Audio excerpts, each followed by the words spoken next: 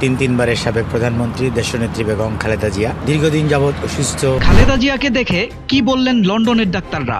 BNP chairperson এবং বাংলাদেশের সাবেক প্রধানমন্ত্রী বেগম খালেদা জিয়া দীর্ঘদিন অসুস্থতার পর উন্নত চিকিৎসার জন্য লন্ডনে ভর্তি হয়েছেন। লন্ডনের সময় সকাল 9টায় তিনি লন্ডন ক্লিনিকে পৌঁছান। সেখানে প্রখ্যাত চিকিৎসক প্রফেসর জন প্যাট্রিক কেনেডির অধীনে তার চিকিৎসা চলছে। বাংলাদেশ থেকে তার সঙ্গে গেছেন একটি মেডিকেল টিম, যার নেতৃত্বে রয়েছেন ডাক্তার FM সিদ্দিকী। দলে আরও আছেন doctor Shahabuddin Talukdar, doctor Nuruddin Ahmed, doctor Zafar Iqbal ও ডাক্তার আব্দুল আল মামুন। দীর্ঘ 4.5 বছর ধরে খালেদা জিয়া লিভার, কিডনি এবং অন্যান্য জটিল রোগে আক্রান্ত।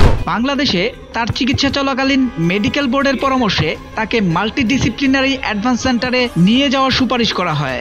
সকালে ক্লিনিকের চিকিৎসক দল তার স্বাস্থ্য পরীক্ষা শুরু করে। ডাক্তার কেনেডি ও তার টিম জানান, রোগীর দীর্ঘস্থায়ী শারীরিক সমস্যা এবং সাম্প্রতিক ভ্রমণের ধকল বিবেচনায় কিছু প্রয়োজনীয় পরীক্ষা করা হবে।